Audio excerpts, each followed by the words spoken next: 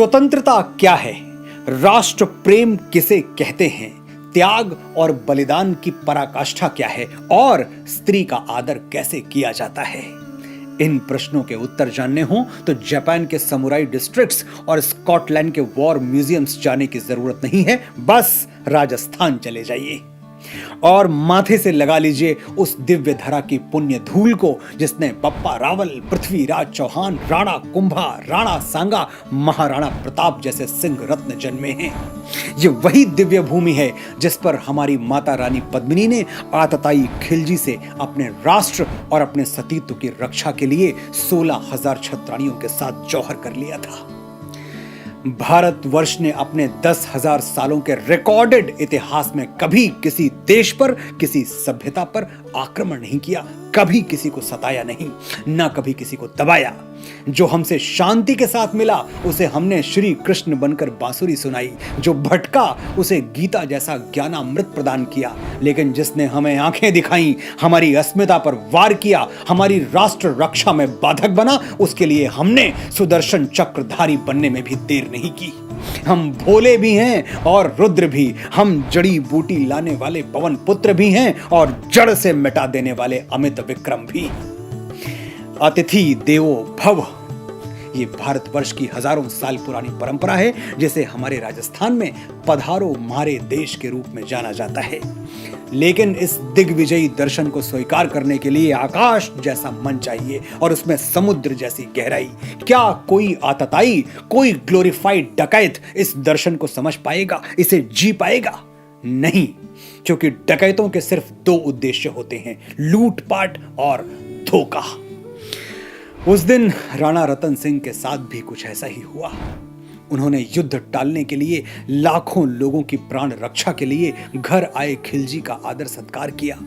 उन्हें कहां पता था कि वो जिसे दूध पिला रहे हैं वो कोई महादेव का नाग नहीं बल्कि 2 मुहा सांप है जो सिर्फ डसना और धोखा देना जानता है। जिसने अपने चाचा जलालुद्दीन को नहीं बख्शा, वो लुटेरा खिलजी राणा को कैसे बख्श देता। वही हुआ जिसका डर था।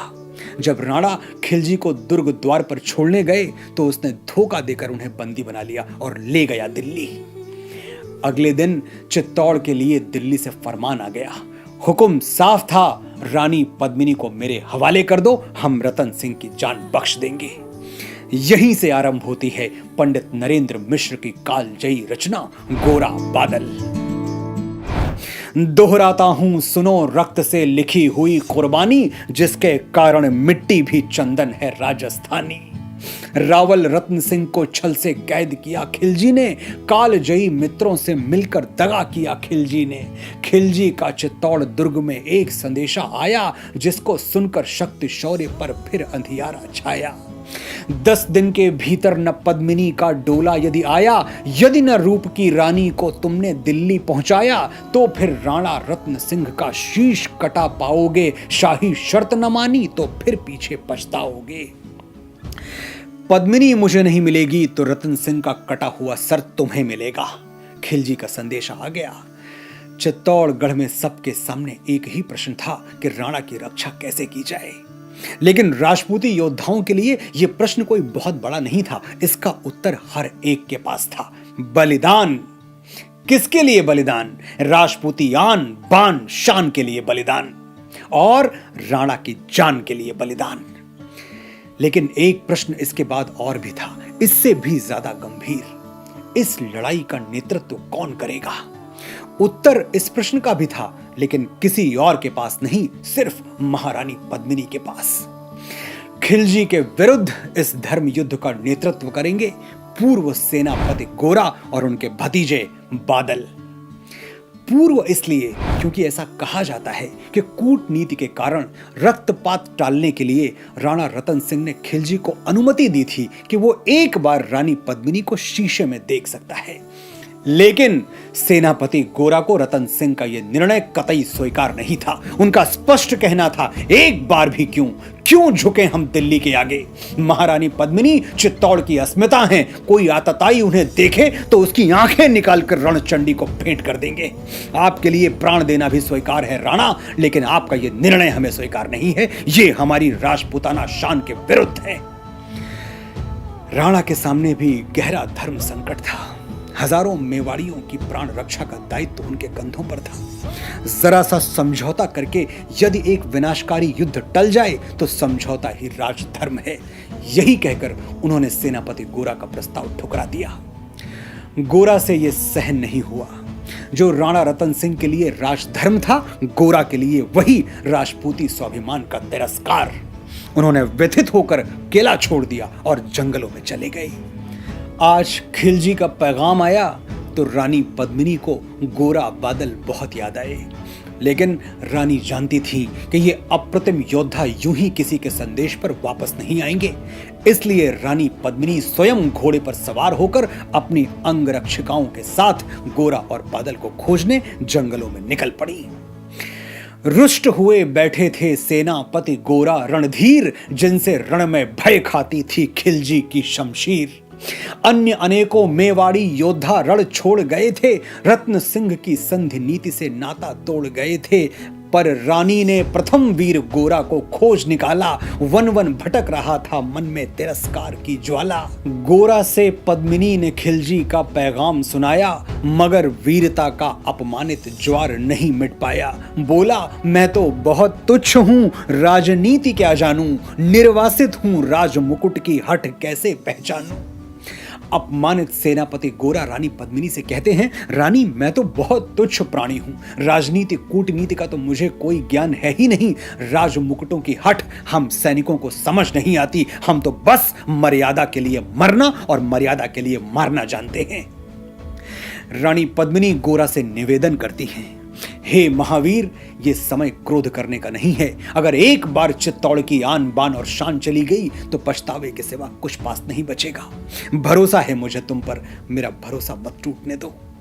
बोली पद्मिनी, समय नहीं है वीर क्रोध करने का, अगर धरा की आन मिट गई घाव नहीं भरने का। दिल्ली गई पद्मिनी तो पीछे पछताओगे, जीते जी रजपूती कुल को दाग लगा जाओगे। राणा ने जो कहा किया वो माफ करो सेनानी, ये कहकर गोरा के कदमों पर झुकी पद्मिनी रानी। ये क्या करती हो, गोरा पीछे हट बोला, और रजपूती गरिमा का फिर धधक उठा था शोला। चित्तौड़ के जिस मस्तक को खिलजी से लेकर अकबर तक नहीं झुका पाए, महारानी पद्मिनी ने महावीर गोरा के आगे उसे झुका दिया। महारानी का यह मस्तक किसी व्यक्ति के आगे नहीं झुका था, यह मस्तक सामर्थ्य के आगे झुका था, शौर्य के आगे झुका था, पराक्रम के आगे झुका था और त्याग के आगे झुका था। और फिर किन शब्दों में सेनापति गोरा महारानी पद्मिनी का गौरव गान करते हैं, सुनिए। महारानी हो तुम, सिसोदिया कुल की जगदम्बा हो, प्राण प्रतिष्ठा एक लिंग की ज्योति अग्निगंधा हो। जब तक गोरा के कंधे पर दुर्जय शीश रहेगा, महाकाल से भी राणा का मस्तक नहीं कटेगा। गोरा की ये शपथ भारतीय वांग्मय में भीष्म पितामह के बाद दूसरी ऐसी शपथ है जो मृत्यु को सर्वोच्च स्तर पर जाकर चुनौती दे रही है। क्या अद्भुत सामर्थ्य है, क्या विहंगम दृश्य है। जब तक गोरा के कंधे पर दुर्जय शीश रहेगा, महाकाल से भी राणा का मस्तक नहीं कटेगा। तुम निश्चिंत रहो, महलों में देखो समर भवानी, और खिलजी देखेगा केसरिया तलवारों का पानी। राणा के सकुशल आने तक गोरा नहीं मरेगा, एक पहर तक सर कटने पर भी धड़ युद्ध करेगा।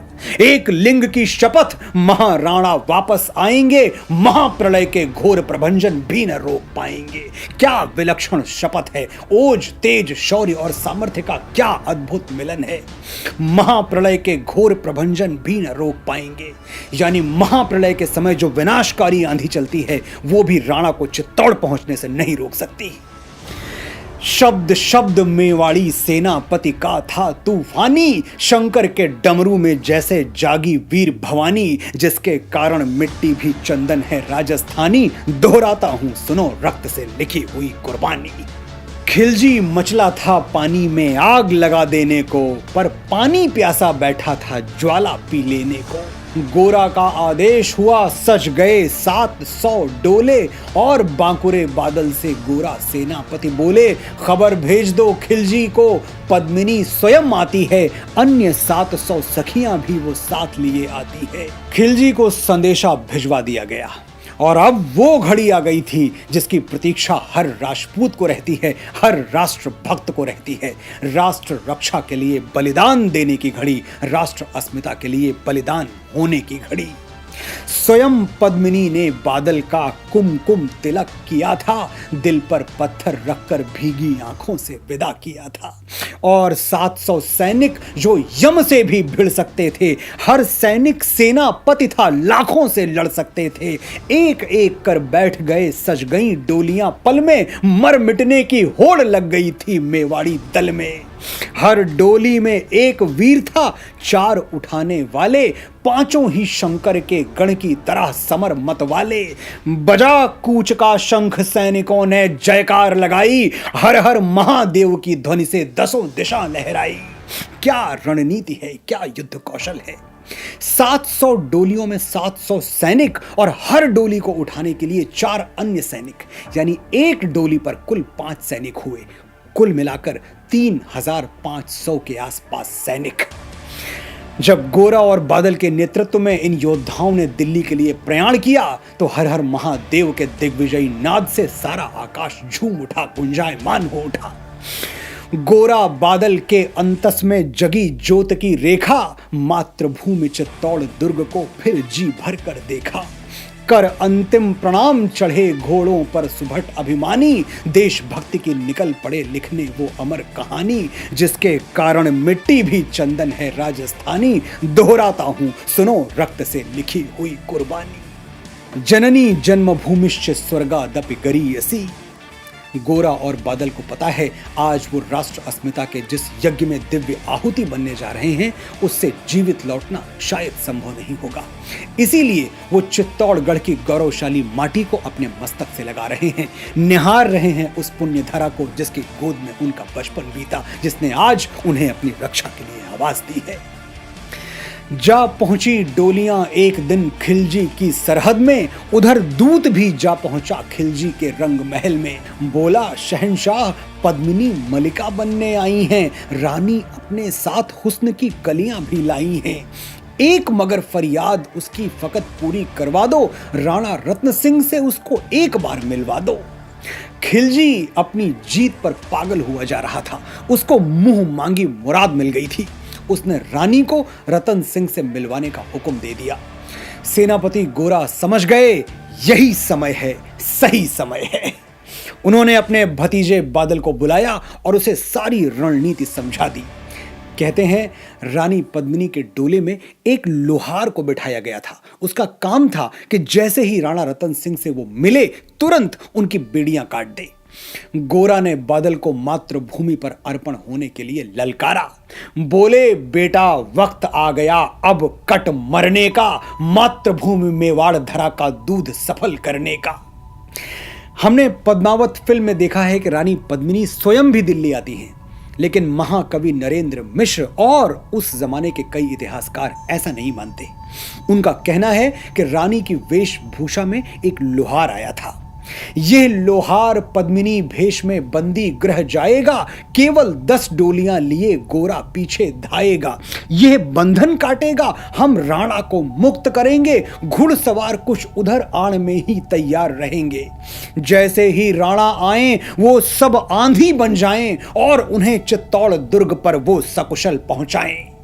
गोरा अपने पुत्र स्वरूप बादल को आगे निर्देश देते हैं, राणा जाएं जिधर शत्रु को उधर न बढ़ने देना और एक यवन को भी उस पथ पांव न धरने देना। मेरे लाल लाडले बादल आन न जाने पाए, तिल तिल कट मरना मेवाड़ी मान न जाने पाए। और महायोद्धा बादल अपने काका गोरा से भी एक कदम आगे निकल गए। वो उत्तर देते हैं ऐसा ही होगा काका, रजपूती अमर रहेगी, बादल की मिट्टी में भी गौरव की गंध रहेगी। बादल का उत्तर सुनकर बूढ़े सिंह महारथी गोरा के अंदर ममता जाग गई। दोनों योद्धा गले मिले। उन्हें पता था शायद दोनों अंतिम बार एक दूसरे को देख रहे हैं, अंतिम बार गले मिल रहे हैं। इसके बाद वो भारत मां के इस पुण्य गोद में शायद सदा सदा के लिए सो जाएं। गोरा कहते हैं तो फिर आ बेटा बादल, सीने से तुझे लगा लूं, हो न सके शायद अब मिलन, अंतिम लाड़ लड़ा लूं। ये कहकर बाहों में भरकर बादल को गले लगाया, धरती कांप गई, अंबर का अंतस मन भर आया। लेकिन महारथी गोरा को पता था कि शौर्य और ममता में कभी बनी नहीं। ममता सिर्फ जीवन प्रदान करती है, लेकिन शौर्य अमरत्व प्रदान करता है। और इसलिए कि बादल कमजोर ना हो जाए, वो दहाड़े सावधान कह पुनः पथ पर बढ़े गोरा सेनानी, पोंछ लिया झट से मुड़कर बूढ़ी आंखों का पानी, जिसके कारण मिट्टी भी चंदन है राजस्थानी, दोहराता हूं सुनो रक्त से लिखी हुई कुर्बानी। गोरा की चातुरी चली, राणा के बंधन काटे, छांट छांट कर शाही पहरेदारों के सर काटे। गोरा जा पहुंचे उस बंदी घर में जहां महाराजा राणा रतन सिंह कैद थे। लिपट गए गोरा से राणा गलती पर पछताए, सेनापति की नमक हलाली देख नयन भर आए। लोहार ने राणा के बंधन काटे। उन्हें पश्चाताप हुआ कि अगर उस दिन गोरा की बात मान लेता तो शायद ये दिन न देखने पड़ते। मैंने जिसे पराया समझा, जिसको अपमानित किया, आज वही मुझे बचाने के लिए अपने प्राणों की आहुति देने आया है। लेकिन कोई भी विजय बिना रक्त चंदन से अभिषेक किए पूरी नहीं होती। चित्तौड़ को भी अपने रक्त से दिल्ली सींचनी पड़ी, क्योंकि खिलजी के सेनापति को शंका हो गई थी। पर खिलजी का सेनापति पहले से ही शंकित था। वो मेवाड़ी चट्टानी वीरों से आतंकित था।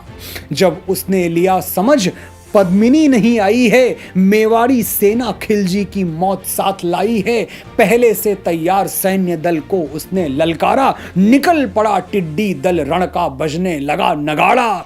दृष्टि फिरी गोरा की मानी, राणा को समझाया, रण मत वाले को रोका, जबरन चित्तौड़ पठाया।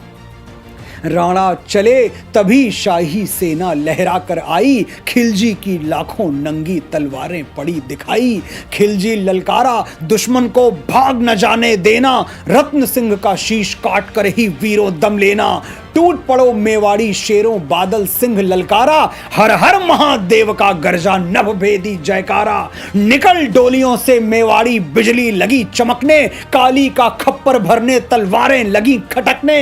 राणा के पथ पर शाही सेनापति तनिक बढ़ा था, पर उस पर तो गोरा हिमगिर सा अड़ा खड़ा था। कहा जफर से, एक कदम भी आगे बढ़ न सकोगे, यदि आदेश न माना तो कुत्ते की मौत मरोगे।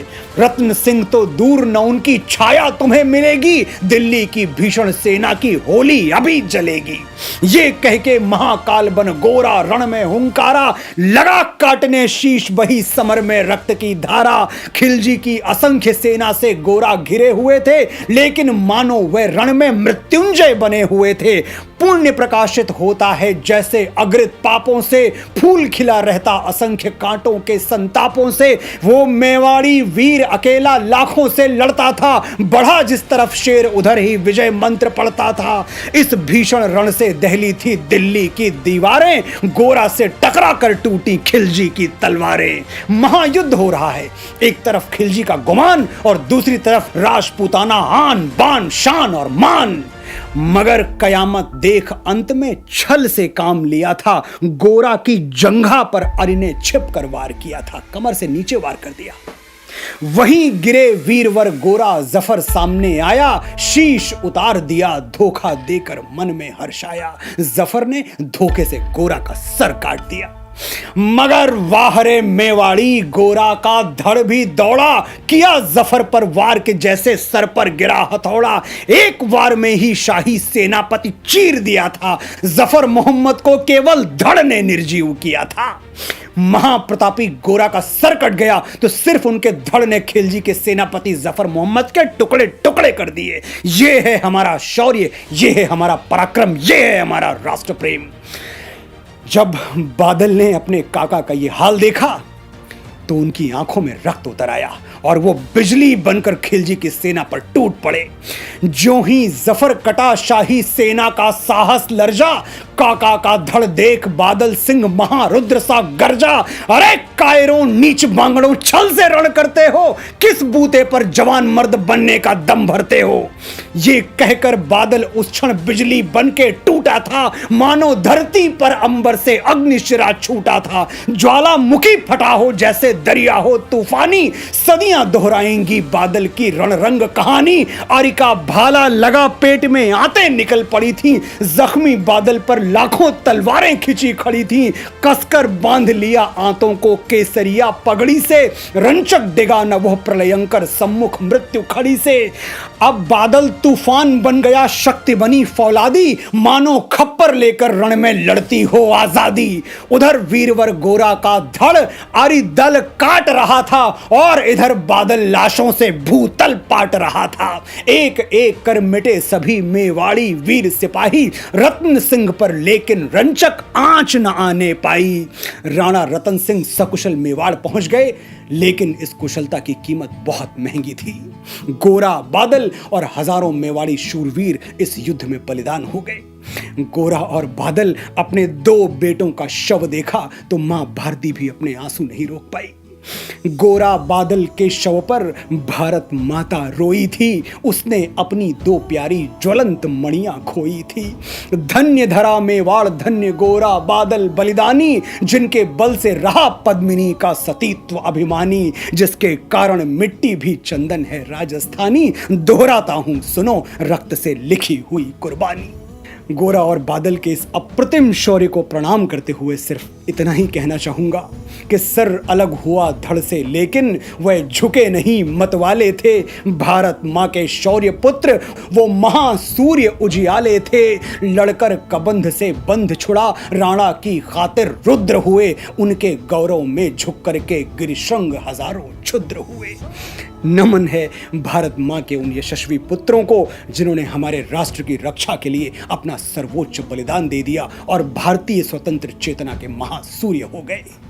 आपने बड़े ध्यान से सुना, बड़े धैर्य से सुना, आपका आभार।